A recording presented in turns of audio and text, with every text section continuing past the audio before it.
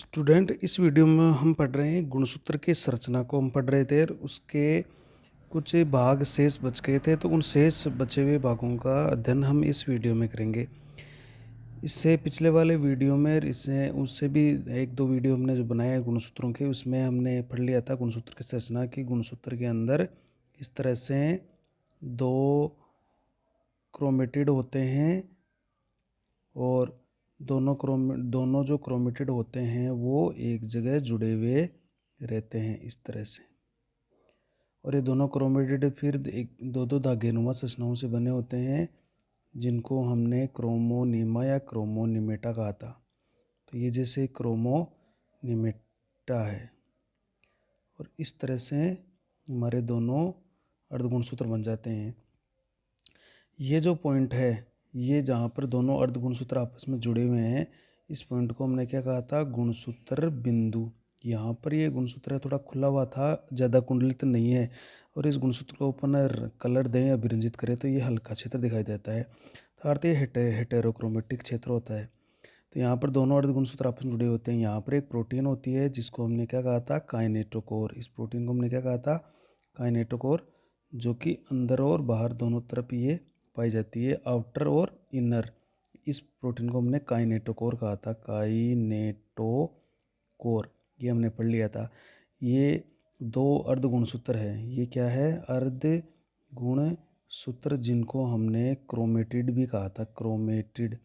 एक अर्धगुणसूत्र में एक डीएनए का एक कण होता है और एक अर्धगुणसूत्र या एक क्रोमेटिड में दो धागे होते हैं, जो कि दो तरह से इसका कुंडलन होता है, पैरानेमिक और प्लेक्टोनेमिक। ये हमने पढ़ लिया था।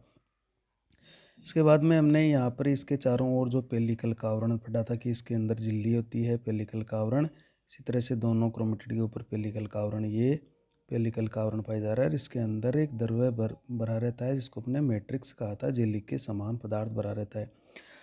अब क्या होता है कि ये तो गुणसूत्र बिंदु, जिसको हमने प्राथमिक संकीर्ण भी कहा था, और ये जो आपको कुंडलन दिखाई दे रहे हैं यहाँ पर, ये जो आपके गहरी रंग की संरचनाएं देखिए मोतियों के समान, इसको हम कहेंगे वर्णकणिकाएं। क्या कह देंगे इनको? वर्णकणिकाएं। यहाँ पर जीन लगे होते हैं, तो ये भी हमने पढ़ लिया था। कुछ गुणसूत्रों, ये जो प्राथमिक संकीर्ण होता है जिसको गुणसूत्र बिंदु कह रहे हैं, ये सभी गुणसूत्रों पर पाया जाता है, लेकिन इसके अलावा कुछ गुणसूत्रों पर एक संकीर्ण और होता है। जैसे इसको अपन आगे बढ़ाएं तो ये इस तरह से एक संकीर्ण और पाया जाता है, जिसको हम कहते हैं द्वितीयक संकीर्ण। क्या कहेंगे? द्वितीयक संकीर्ण। ये जैसे कुछ गुणसूत्रों पर द्वितीयक संकीर्ण और पाया जाता है। अब ये द्वितीयक संकीर्ण भी दो तरह का होता है। एक पर तो केंद्रिका जुड़ी रहती है, तब उसको हम कहेंगे द्वितीयक संकीर्ण फर्स्ट, और कुछ गुणसूत्रों पर इसके अलावा एक द्वितीयक संकीर्ण और मिलता है। अब जहाँ पर ये केंद्रिका जुड़ी हुई है, उसके आगे का जो पार्ट है गुणसूत्र का, उसको हम सैटेलाइट कहते हैं। क्या कहेंगे? सैटेलाइट कहेंगे। और गुणसूत्रों के जो छोर होते हैं उनको अंतःखंड कहेंगे। तो आज जो शेष बचे हुए भाग है उनका अपन अध्ययन कर लेते हैं। देखिए, तो शेष बचा हुआ भाग, इसके अंदर पांचवा भाग है, अपन पढ़ेंगे द्वितीयक संकीर्णन। द्वितीयक संकीर्णन, जिसको हम कह रहे हैं सेकेंडरी कॉन्स्ट्रिक्शन। संकीर्ण का मतलब प्राथमिक संकीर्ण। गुणसूत्र बिंदु को हम कह रहे थे प्राथमिक संकीर्ण, यानी ये पहला ऐसा स्थान है जहाँ पर गुणसूत्र दबा हुआ होता है। ये सभी गुणसूत्रों में पाया जाता है। इसके अलावा इस दबे हुए क्षेत्र पे देखो, ये दबा हुआ क्षेत्र है थोड़ा सा। इस दबे हुए क्षेत्र के अलावा एक दबा हुआ क्षेत्र, एक संकीर्ण और पाया जाता है। ये सभी गुणसूत्रों पर नहीं होता है, ये कुछ ही गुणसूत्रों पर होते हैं। अब ये दो तरह के होंगे, देखिए। तो इसमें हम क्या लिख सकते हैं कि कुछ क्रोमोसोम में प्राथमिक संकीर्णन के अलावा एक अतिरिक्त संकीर्णन, संकीर्ण का मतलब क्या हो गया? दबा हुआ क्षेत्र, और पाया जाता है,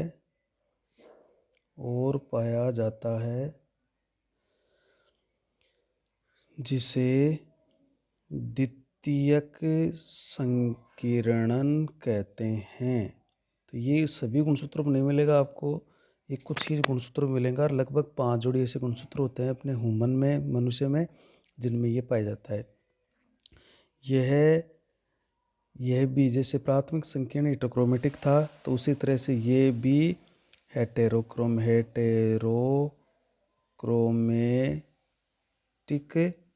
भाग होता है। मतलब इस क्षेत्र का आनुवंशिकी में अर्थात पीढ़ी दर पीढ़ी गुणों ले जाने में कोई योगदान नहीं है, आनुवंशिक रूप से निष्क्रिय होता है। हेटेरोक्रोमेटिक भाग कौन सा होता है?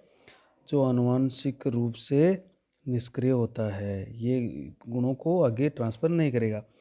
अब ये भी दो प्रकार का होता है। जो द्वितीयक संकीर्ण है ना, ये अगर अपन सभी गुणसूत्रों को देखें तो ये दो प्रकार का होता है। तो इसमें पहला कौन सा है? देखो, इसमें हम पहला कहेंगे जो द्वितीयक संकीर्ण फर्स्ट है। द्वितीयक संकीर्ण फर्स्ट ये ज़्यादा इम्पोर्टेंट है। इसको हम NOR भी कहते हैं। इसको क्या कहते हैं? NOR। इसको हम कहेंगे न्यूक्लियोलर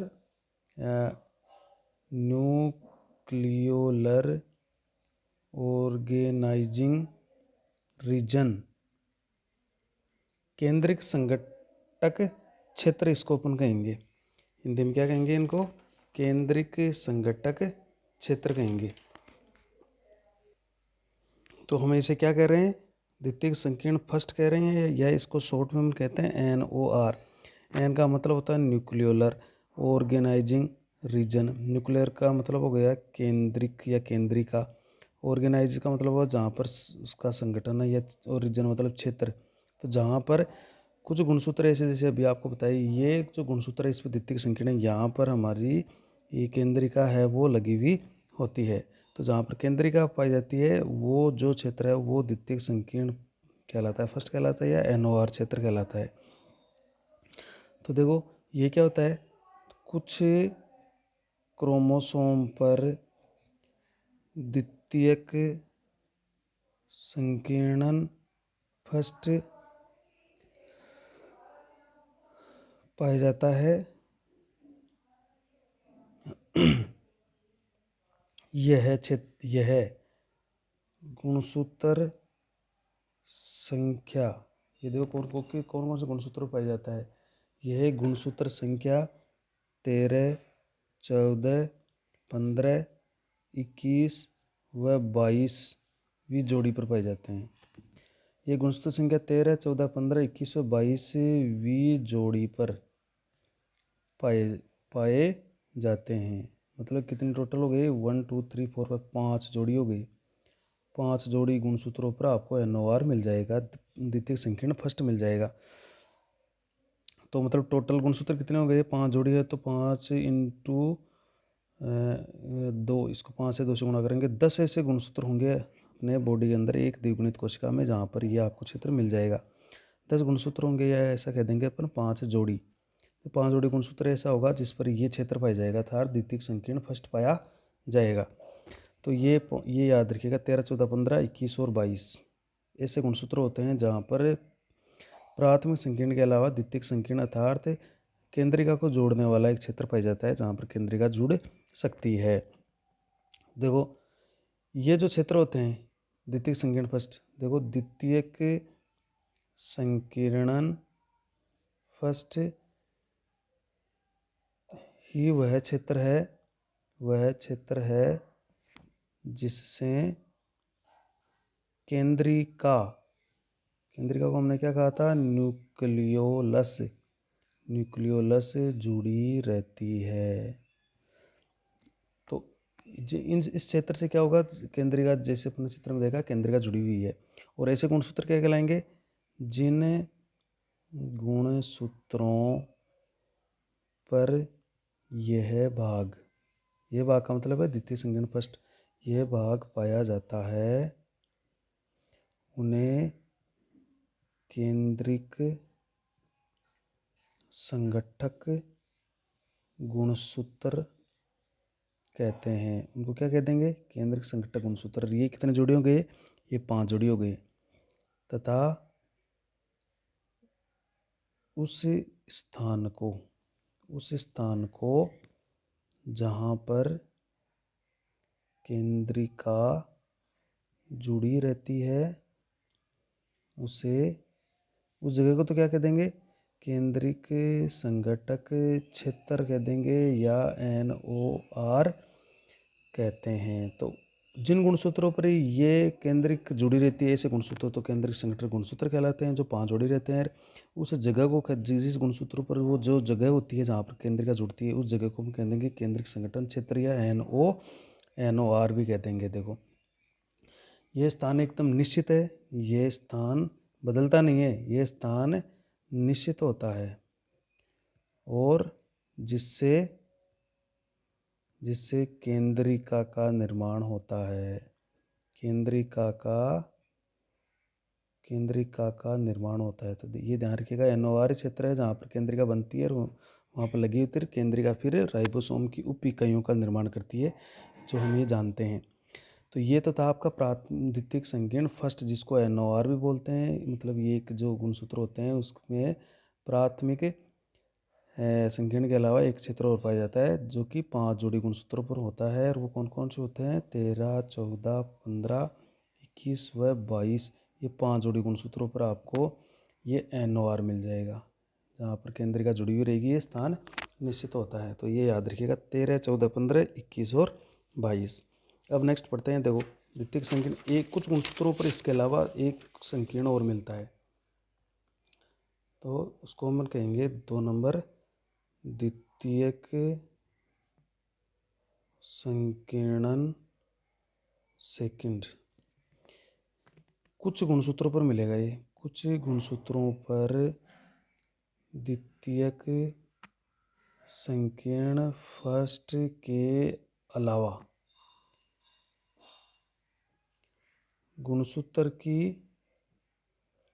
या तो एक भुजा पर होगा या दोनों भुजाओं पर द्वितीयक संकीर्णन सेकंड भी पाया जाता है। कुछ ही गुणसूत्रों पर ऐसा है कि फर्स्ट द्वितीय संकीर्ण जो फर्स्ट है उसके अलावा एक क्षेत्र और होता है जिसको द्वितीय संकीर्ण सेकंड कहा जाता है। ये क्या काम करता है, देखो इस स्थान से गुणसूत्र का कोई भी भाग टूट सकता है। मतलब ये एक दबा हुआ क्षेत्र है तो यहाँ से टूट सकता है, या हम कहेंगे कोई नया गुणसूत्र का भाग जुड़ भी सकता है। तो ये जब नए गुणसूत्र भाग जुड़ने की बात आती है, टूटने की बात आती है, जीनून में होता है, तो इस तरह से ये यहाँ से ही वो गुणसूत्र का पार्ट अलग होता है या अलग होता है, टूटता है या कोई नया भाग उसमें जुड़ जाता है। मतलब प्राथमिक संकीर्ण के अलावा द्वितीयक संकीर्ण फर्स्ट के अलावा द्वितीयक संकीर्ण सेकंड और होता है।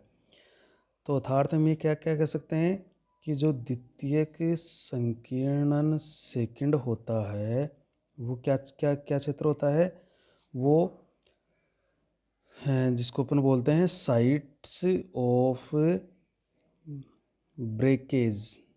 ब्रेकेज का मतलब टूटने वाली, एंड फ्यूजन यानी जुड़ने वाली। तो ये साइट यानी स्थल, ब्रेकेज यानी टूटने वाली और जुड़ने वाली साइट होती है कौन, द्वितीयक संकीर्ण सेकंड।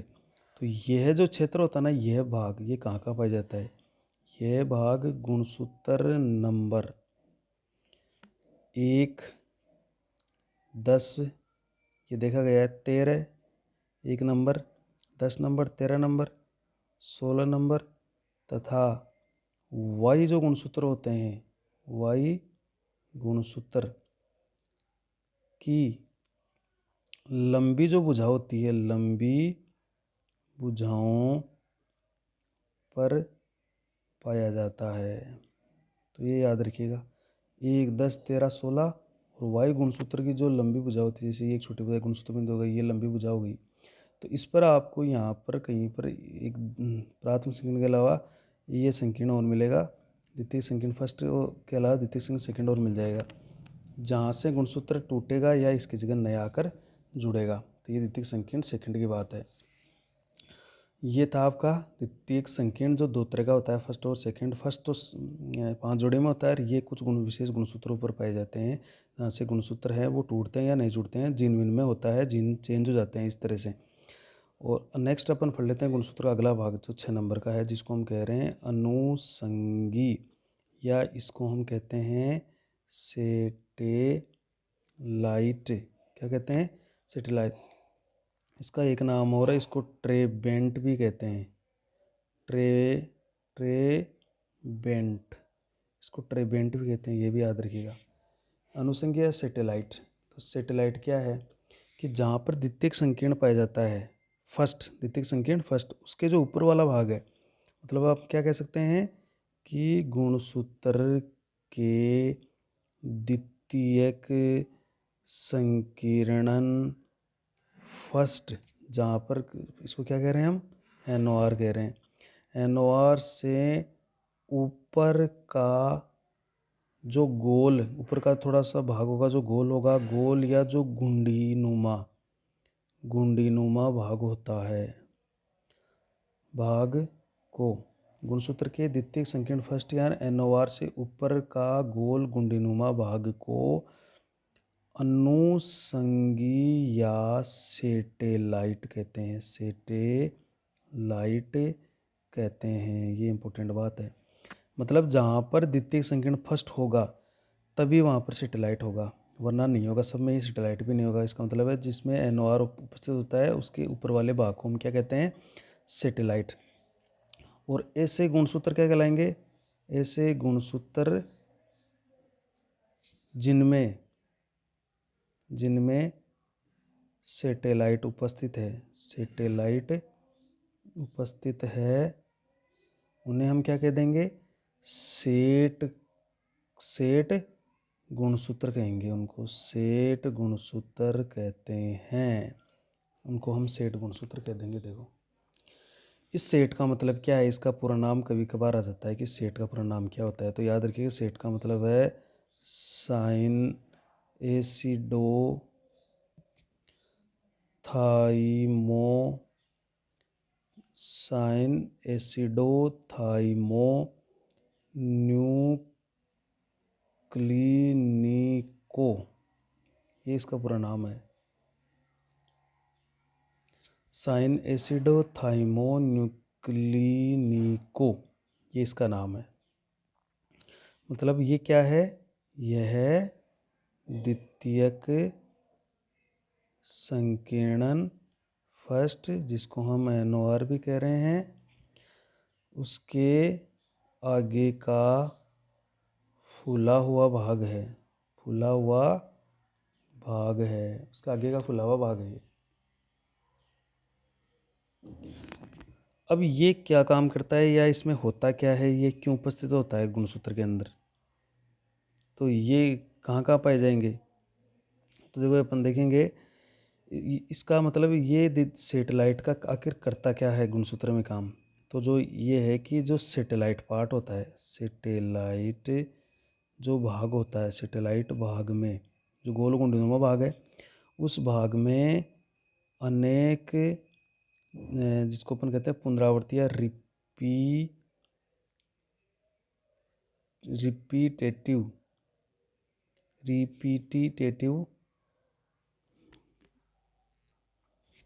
सेटेलाइट भाग है, उसमें रेपिटिटिव उसमें होता है रेपेटिव DNA। रेपिटेड DNA का मतलब होता है हिंदी में इसको अपन कहेंगे तो पुनरावर्ती DNA। पुनरावर्ती का मतलब होता है इसे DNA के जो न्यूक्लियोटाइड होते हैं वो बार बार रिपीट होते हैं। तो इस भाग में अनेक रिपीटेटिव DNA पाए जाते हैं, ये इसकी विशेषता होती है, पाए जाते हैं। अतः यह गुणसूत्र को एक विशेष पहचान चिन्ह प्रदान करता है। ये इसका काम है कि जिससे गुणसूत्र में एक विशेष पहचान चिन्ह बन जाता है। रिपीटेटिव DNA का मतलब है जैसे मान लीजिए ये है, ये कि रिपीटेटिव DNA, ये इसका वापस रिपीटेशन हो रहा है, इस तरह से ये रिपीटेशन हो रहा है, तो ये बार बार रिपीटेशन हो रहा है। तो ये इस भाग में जो रिपीटेटिव DNA वो बहुत ज़्यादा पाए जाते हैं। इससे गुणसूत्रों को एक विशेष पहचान स्थल या पहचान चिन्ह मिल जाता है ये अगर रिपीटिव डीएनए है तो यहाँ पर हम ये मान सकते हैं कि यहाँ पर द्वितीयक संकीर्ण फर्स्ट पाया जा रहा है और जो एनओआर से रिलेटेड है। तो मानव में कौन कौन से गुणसूत्र हो जहाँ पर ऐसा होता है, तो मानव में गुणसूत्र संख्या देखो, एक तो जहाँ पर ये सब पाए जाते हैं, जहाँ पर आपके ये एनओआर फर्स्ट होता है, ये एनओआर होता है, और वाई गुणसूत्र पर भी सैटेलाइट पाया जाता है, सैटेलाइट पाया जाता है। तो 5 जोड़ी तो ये हो गए, एक ये वाई गुणसूत्र ये अकेला ये हो गया। तो हम ये कह सकते हैं कि एक मानव की जो द्विगुणित कोशिका जो सेल है उसमें टोटली 10 गुणसूत्र या 5 जोड़ी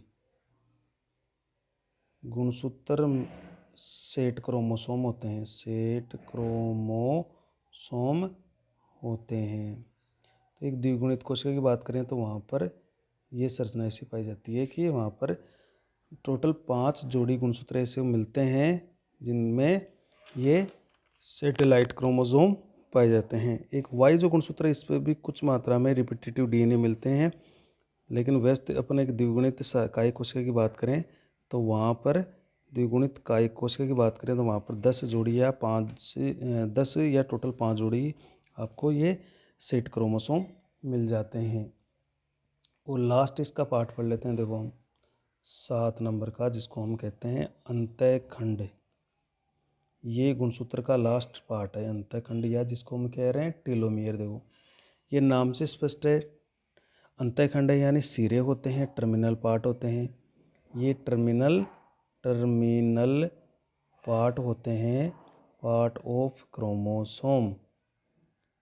ये टर्मिनल पार्ट ऑफ क्रोमोसोम्स होते हैं यानी गुणसूत्र के अंतिम सिरे होते हैं। तो हम क्या कह सकते हैं इनको, गुणसूत्रों के जो अंतिम सिरे हैं या छोर हैं, सिरों को क्या कहेंगे हम, अंतःखंड या टेलोमियर कहते हैं, टेलोमियर कहते हैं। ये कोई भी जो गुणसूत्र होता है उसके जो अंतिम खंड होते हैं, ये अंतिम सिरे, ये क्या कहलाते हैं, ये अंतःखंड कहलाते हैं। ये क्या होते हैं, लास्ट में ये गोल रहते हैं इस तरह से और बंद रहते हैं, क्लोज रहते हैं एकदम। तो ये गोलाकार व बंद यानी बिल्कुल सील्ड होते हैं, सील्ड रहते हैं, ये बंद रहते हैं। तो इनसे कोई भी तरह का गुणसूत्र यहाँ पर नहीं जुड़ सकता। ये गुणसूत्र एक गुणसूत्र को दूसरे गुणसूत्र से जुड़ने को रोकते हैं। तो ये गोलाकार या बंद होते हैं। हाँ देखो होता क्या है कि इन अंतिम जो सिरे होते हैं गुणसूत्रों के, इन अंतिम सिरों पर जो क्रोमेटिन जाल होता है, क्रोमेटिन जाल के लूप उपस्थित रहते हैं, लूप उपस्थित रहते हैं जो टेलोमियर कहलाते हैं, टेलोमियर कहलाते हैं।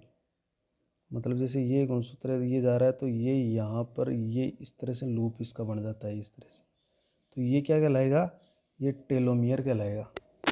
इसके लूप ही होते हैं ये। तो अगर ये नहीं होना ये टेलोमियर, तो क्या होता है कि इसमें गुणसूत्र के सिरे आपस में चिपक जाते हैं। और एक चीज़ और मतलब कि ये जो सामान्यतः जो टेलोमियर होते हैं, टेलोमियर जो होते हैं ये क्या होते हैं, नॉन स्टिकी एंड होते हैं। मतलब चिपचिपे नहीं होते हैं, अगर चिपचिपे होते हैं तो यहाँ से गुणसूत्र चिपक जाते हैं। तो नॉन स्टिकी होते हैं, ये गुणसूत्र को चिपकने में रोकते हैं। तो ध्यान रखिए नॉन स्टिकी एंड होते हैं या चिपचिपे सिरे नहीं होते हैं। अगर ये नहीं हो, यहाँ से टूट जाए तो गुणसूत्र चिपचिपे जो नॉन स्टिक एंड वो हट जाएंगे तो गुणसूत्र आपस में चिपक जाएंगे। तो हम ये कह सकते हैं, आगे देखो कि टेलोमियर की एब्सेंस एब्सेंस में टूटे हुए गुणसूत्रों के सिरे, तब वो स्टिकी एंड हो जाएंगे, तब वो स्टिकी रहेंगे, आपस में चिपक जाते हैं या जुड़ जाते हैं, ये ऐसा हो जाएगा। अगर ये नहीं होगा, टेलोमियर नहीं होगा तो ये जुड़ जाएंगे, जिससे क्या होगा, जिससे दो क्षतिग्रस्त गुणसूत्रों के आपस में जुड़ने की संभावना रहती है। जिसमें कोई भी तरह का गुणसूत्र आपस में या क्षतिग्रस्त गुणसूत्र है वो भी जुड़ जाएगा, तो ये स्थिति सही नहीं होगी। अतः क्या होता है, अतः जितने भी गुणसूत्र होते हैं, गुणसूत्रों के सिरों पर नॉन स्टिकी अर्थात सिरों पर टेलोमियर, ये इम्पोर्टेंट है, टेलोमियर उपस्थित हैं, जो गुणसूत्र सिरों को आपस में जुड़ने से बचाता है, या ऐसा कह दो कि चिपकने से रोकता है। नहीं चिपकने देगा, वरना सारे गुणसूत्र चिपक जाएंगे देखो, और ये स्थिति बहुत सही नहीं होगी। चिपकने, अगर गुणसूत्र चिपक जाते हैं तो इनको चिपकने से कौन बचाता है, जैसे गुणसूत्र के, ये गुणसूत्र है और ये दूसरा इसका अर्ध गुणसूत्र है, तो ये क्या होते हैं, जैसे ये इस तरह से ये लूप बना लेते हैं, यही होते हैं हमारे टेलोमियर। और ये यहाँ पर गुणसूत्र को चिपकने देते हैं, ये नॉन स्टिकी होते हैं, नॉन स्टिकी यानी चिपचिपे नहीं होंगे, चिपचिपे नहीं होंगे, तो ये किसी भी गुणसूत्र को चिपकने नहीं देंगे, तो जुड़ने से बचाता है। और ये एक चीज़ और है, अगर यह जो क्रोमोसोम होते हैं, उस क्रोमोसोम को तोड़ने वाले जो एंजाइम होते हैं, जैसे मान लीजिए एक एंजाइम है न्यूक्लिएज, आदि से रक्षा भी करते हैं, आदि से रक्षा भी करेंगे। ये क्रोमोसोम को जो तोड़ने वाले एंजाइम होते हैं न्यूक्लिएज, तो न्यूक्लिएज क्या करेगा, ये नॉन स्टिकी एंड होते हैं, इसलिए ये जुड़ता नहीं है। अगर नहीं जुड़ेगा तो ये इस गुणसूत्र को नहीं तोड़ पाएंगे, तो न्यूक्लिएज एंजाइम से भी इसकी रक्षा करेगी। अभी इस टेलोमियर पर बहुत ज़्यादा शोध हो रहे हैं या हुए हैं, तो अपन थोड़ा सा इम्पोर्टेंट पढ़ते हैं कि टेलोमियर पर कुछ शोध कार्य हुए हैं, उन शोध कार्यों को पढ़ लेते हैं कि क्या क्या शोध हुए हैं। तो फर्स्ट देखो, जो वो यूकेरियोट जितने भी गुणसूत्र है, यूकेरियोट गुणसूत्र जो होते हैं, गुणसूत्रों में जो टेलोमियर होते हैं वो संरचनात्मक दृष्टि से अत्यंत विशिष्ट होते हैं, स्पेशल होते हैं, विशिष्ट पाए गए हैं। हाँ देखो, अत्यंत विशिष्ट पाए गए हैं, जिनके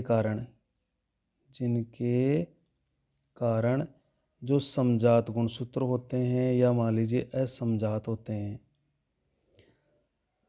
उन गुणसूत्रों का कोई भी भाग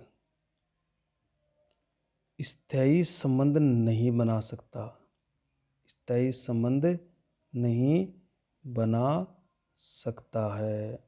तो स्थायी संबंध नहीं बनेगा, हाँ वो अपने जीनों का आदान प्रदान करने के लिए कुछ समय के लिए संबंध बना सकते हैं जीन विनिमय के दौरान, लेकिन ये उसका स्थायी संबंध नहीं बने देगा कि वो पूरी तरह से चिपक जाएं। तो ये भी इसका शोध कार्य हुआ है।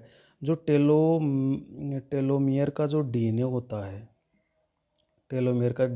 है, वो एक विशेष एंजाइम, ऐसा शोध कार्य में सामने आया है कि जो टेलोमियर का जो डीएनए होता है वो एक विशेष एंजाइम होता है जिसका नाम है टेलोमरेज।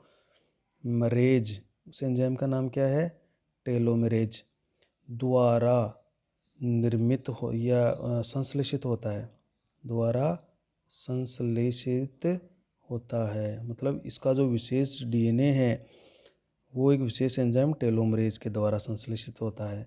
तीसरी एक बात और सामने आई है कि ये जो टेलोमरेज एंजाइम है ये क्या है। ये जो टेलोमरेज एंजाइम है ना, ये आरएनए से, आरएनए व प्रोटीन, जिसको हम क्या कह देंगे, राइबो न्यूक्लियोप्रोटीन। जब आरएनए और प्रोटीन मिल जाते हैं तो उसको हम क्या कहेंगे, राइबोन्यूक्लियोप्रोटीन। ये राइबोन्यूक्लियोप्रोटीन से, आरएनए और प्रोटीन से बना एक रिवर्स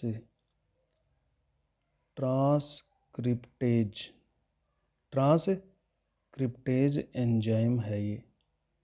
देखो, ये जो टेलोमरेज एंजाइम होता है ये आरएनए और प्रोटीन से बना होता है, रिवर्स ट्रांसक्रिप्टेज एंजाइम होता है। जो ये क्या करेगा, ये जो रिवर्स ट्रांसक्रिप्टेज है ये क्या काम करेगा, यह जो टेलोमियर होता है, टेलोमियर के डीएनए के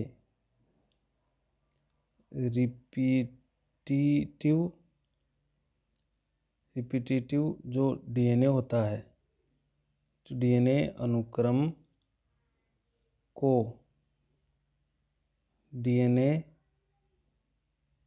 टेम्पलेट द्वारा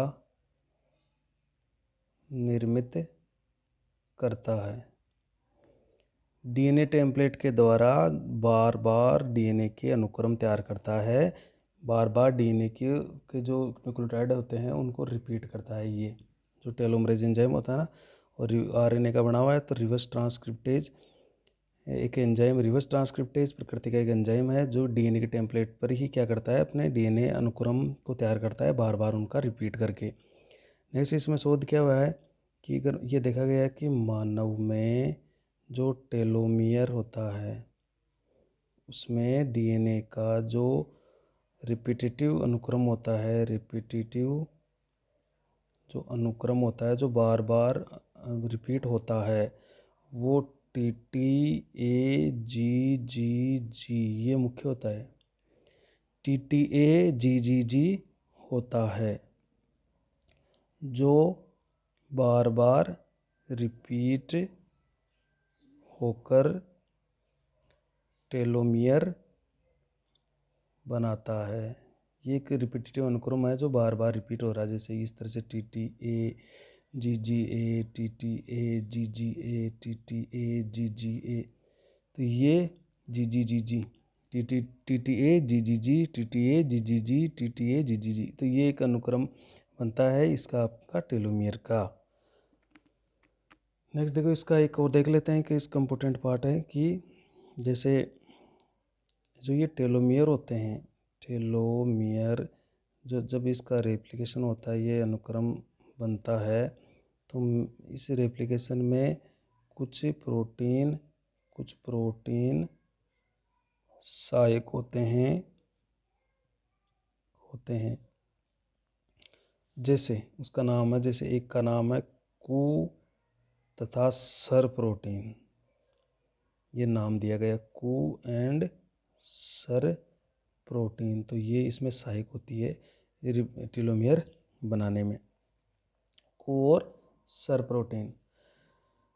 अमेरिका के एक बहुत बड़े वैज्ञानिक हुए हैं, अमेरिका के डॉक्टर रिचर्ड कोथन, ये याद रखिएगा, रिचर्ड कोथन और उनके साथियों ने, अमेरिका के डॉक्टर रिचर्ड कोथन और उनके साथियों ने 2002-2003 में एक खोज की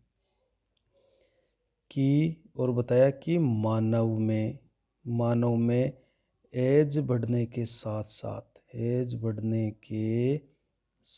जब आयु बढ़ती है ना, तो जो सेल होती है, सेल के जो गुणसूत्र होते हैं, गुणसूत्रों के जो टेलोमियर होते हैं, टेलोमियर जो अभी हमने पढ़े हैं, ये छोटे होने लगते हैं, ऐसा उन्होंने बताया है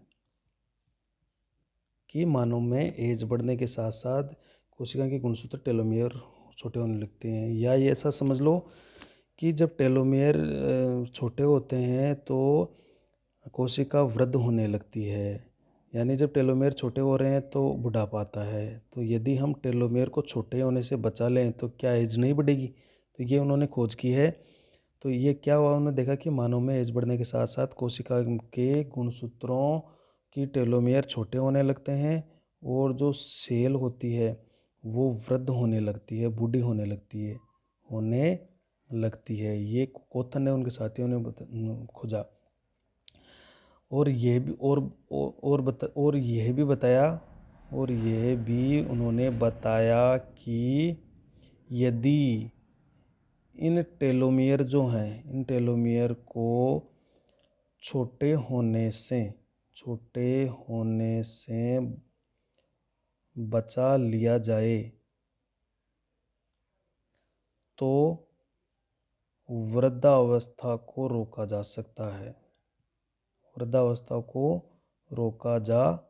सकता है। तो अगर हम इनको छोटे होने से बचा लें तो वृद्धावस्था नहीं आएगी। तो यदि समय रहते कोशिका को एक एंजाइम दे दें, मान लो टेलोमरेज एंजाइम मिल जाए तो टेलोमर यथावत रहते हैं। तो टेलोमरेज क्या करेगा, जितना छोटा होगा उसको वापस बना देगा ये टेलोमरेज एंजाइम, क्योंकि आरएनए को बना हुआ है। तो ये जितना छोटे होंगे उसको वापस ये अनुक्रम बनाता जाएगा, इसलिए ये टेलोमेयर को छोटा ही नहीं होने देगा और जैसे आकृति वैसी बनी रहेगी और बुढ़ापा नहीं आएगा। ऐसा रिचर्ड कोथन और उनके साथियों ने खोज की है, लेकिन अभी इसका कोई व्यवस्थित रिजल्ट अपन को नहीं मिला है। तो धीरे धीरे इन पर कुछ प्रयोग जारी हैं और वो होते रहेंगे।